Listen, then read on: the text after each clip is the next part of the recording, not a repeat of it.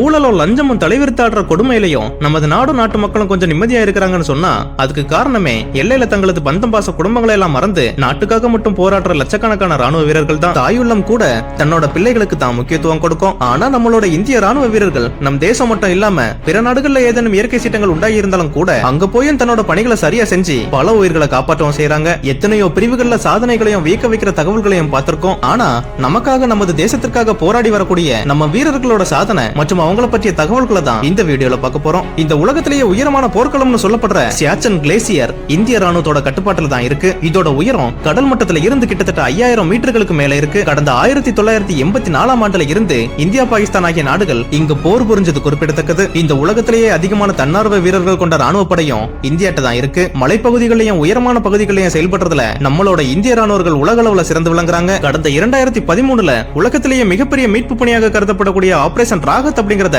வெற்றிகரமா நடத்தி முடிச்சவங்களும் நம்மளோட இந்திய ராணுவ படை வீரர்கள் தான். இது உத்தரகண்ட் பகுதியில் ஏற்பட்ட வெள்ளப்பெருக்கு காரணமா நடந்தது. கேரளத்துல இருக்கக்கூடிய எலிமலா கப்பற்படை தான் இதன் பிரிவுல ஆசியாவிலேயே மிகப்பெரியது. உலகத்திலேயே மிகவும் பழமையான படையாக கருதப்படுற 3ல் ஒன்றான குதிரைப்படை இந்திய ராணுவத்துல செயல்பட்டு வர்றது பெருமைக்குரிய விஷயம். இந்திய ராணுவம் கட்டமைத்த பெய்லி பாலம் தான் உலகத்திலேயே ராணுவ வீரர்களால மிக உயரத்துல கட்டப்பட்ட பாலமா இருக்கு. இது கடந்த 1982ஆம் ஆண்டு ஆகஸ்ட் மாசம் தான் கட்டமைக்கப்பட்டது. கடந்த 1971ஆம் ஆண்டு இந்தியா பாகிஸ்தான் நாடுகளுக்கு இடையே நடந்த போர்ல 93,000 எதிரி நாட்டு வீரர்கள் சரணடைஞ்சதுதான் ஒரு போர்ல சரணடைஞ்ச வீரர்களோட அதிகப்படியான எண்ணிக்கையா இன்னைக்கு வரைக்கும் இருக்கு. உலகத்திலேயே மிகப்பெரிய ராணுவ பிரிவுகள்ல இந்தியா 3வது இடத்துல இருக்கு.